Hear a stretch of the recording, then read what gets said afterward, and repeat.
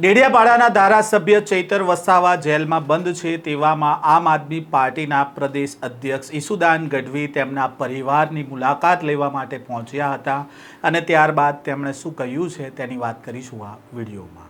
વૈષ્ણવજન તો તેને કહીએ જે પીડ પરાઈ જાનાને રે। નમસ્કાર, નવજીવન ન્યૂઝમાં આપનું સ્વાગત છે। હું છું જયંત દાફડા।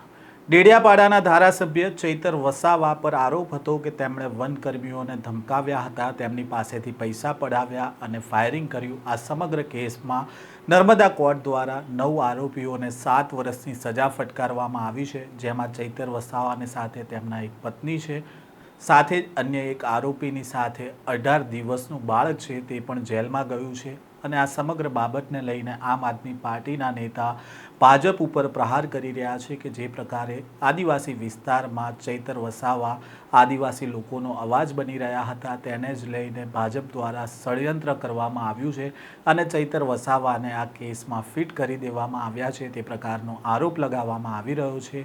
તો બીજી બાજુ આજે ઈસુદાન ગઢવી છે તે ચૈતર વસાવાના પરિવારના લોકોને મળવા માટે તેમના ઘરે પહોંચ્યા હતા। ચૈતર વસાવાના પત્નીની તેમણે તબિયત પૂછી હતી, સાથે જ તેમના બાળકો સાથે તેમણે વાતચીત કરી હતી અને આ સમગ્ર મામલાને લઈને ઈસુદાન ગઢવીએ શું કહ્યું છે તે પણ સાંભળ્યું। ચેતરભાઈ વસાવાને ભાજપે જે રીતે ખોટી રીતે જેલમાં ફસાવ્યા છે, કારણ કે ચેતરભાઈ અમારા પરિવારના સભ્ય છે, એટલે હું આજે ચેતરભાઈના ઘરે આજે મનોજભાઈ અને આખી ટીમ અમારી આવી છે। વર્ષાબેનને પણ મળ્યા છીએ અને આદિવાસી સમાજ જે રીતે ચેતરભાઈને લઈને ભાજપ વિરુદ્ધ ગુસ્સામાં છે એની ચર્ચાઓ પણ કરી છે। વર્ષાબેન, સ્વાભાવિક છે કે ચેતરભાઈ આખું પરિવાર જેલમાં ભાજપે નખાવડાવ્યું છે એટલે એકલા છે, એ મજબૂત છે, મજબૂત લીડર પણ છે અને એમને બીજા જે ચેતરભાઈના જે આદિવાસી સમાજના આગેવાનો છે જેને જેલમાં નખાવડાવ્યા છે ભાજપે, એમના પરિવારની પણ જવાબદારી છે, એટલે આ મામલે અમે ચર્ચા કરી છે। આમ આદમી પાર્ટી એક પરિવાર તરીકે સૌને અમે સાથે જ મળતા હોઈએ છીએ, પરંતુ એક વાત ચોક્કસ છે કે આદિવાસી સમાજમાં હું ઘણી જગ્યાએ રસ્તામાં પણ મળ્યો, ખૂબ રોષ છે ભાજપને લઈને। ભાજપને લઈને એટલા માટે રોષ છે કે ચેતરભાઈનો કેસ આટલી જલ્દી કેમ ચાલે, કેવી રીતે સજા પડી, મારવાના પુરાવા નથી। આદિવાસી સમાજમાં એક એવો પ્રશ્ન છે, અહીંયા કેટલા એવા ભાજપના નેતાઓ છે જે વનકર્મીઓને જાહેરમાં માર માર્યો છે, એની ઉપર કોઈ કેસ નથી, કોઈ સજા જ નહીં। આદિવાસી સમાજમાં એ પણ એક પ્રશ્ન છે કે ચેતરભાઈ અમારું અવાજ ઉઠાવે છે, હવે ચેતરભાઈને આ લોકો વારંવાર જેલમાં નાખે છે, સજા કરે છે, શું અમારો અવાજ દબાઈ જશે? ભાજપવાળા અંગ્રેજોથી પણ બદતર છે, એક ડર એ પણ છે, મેં જોયું। પરંતુ આદિવાસી સમાજમાં ગુસ્સો પણ એટલો છે। આદિવાસી સમાજ એ અંગ્રેજની સામે નથી ઝૂક્યો તો ભાજપ તો શું છે એની સામે?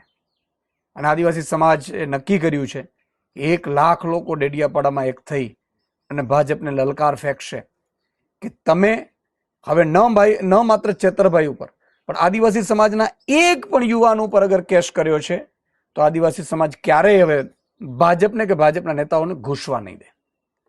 જય આદિવાસી, જય જોહાર। ઈસુદાન ગઢવીએ કહ્યું છે કે અગાઉ ભાજપના નેતાઓ દ્વારા વનકર્મીઓને તેમણે માર્યા છે, તો તેમની સામે શા માટે આટલો ઝડપથી કેસ નથી ચાલ્યો અને શા માટે ચૈતર વસાવાના કેસમાં ડે ટુ ડે હિયરિંગ થઈ અને આટલો ઝડપી તેમને સજાનો ઓર્ડર શા માટે કરવામાં આવ્યો તેને લઈને તેમણે સવાલો ઉઠાવ્યા છે। સાથે જ તેમણે કહ્યું કે અનેક આદિવાસી આગેવાનો છે, આદિવાસી લોકોમાં જે પ્રકારે ચૈતર વસાવાએ કામ કર્યું છે અને તેમને જેલમાં નાખવામાં આવ્યા છે તેને લઈને હવે આદિવાસી લોકોમાં રોષ છે અને તેને જ લઈને આવતીકાલે ડેડિયાપાડામાં ચૈતર વસાવાના સમર્થનમાં 1 લાખથી વધુ આદિવાસી લોકો છે તે આવવાના છે અને તેમણે આ સમગ્ર મામલે ભાજપ ઉપર પ્રહાર પણ કર્યા હતા। આ પ્રકારના સમાચાર સાથે ફરી મળીશું। નવજીવન ન્યૂઝ સાથે જોડાયેલા રહેજો।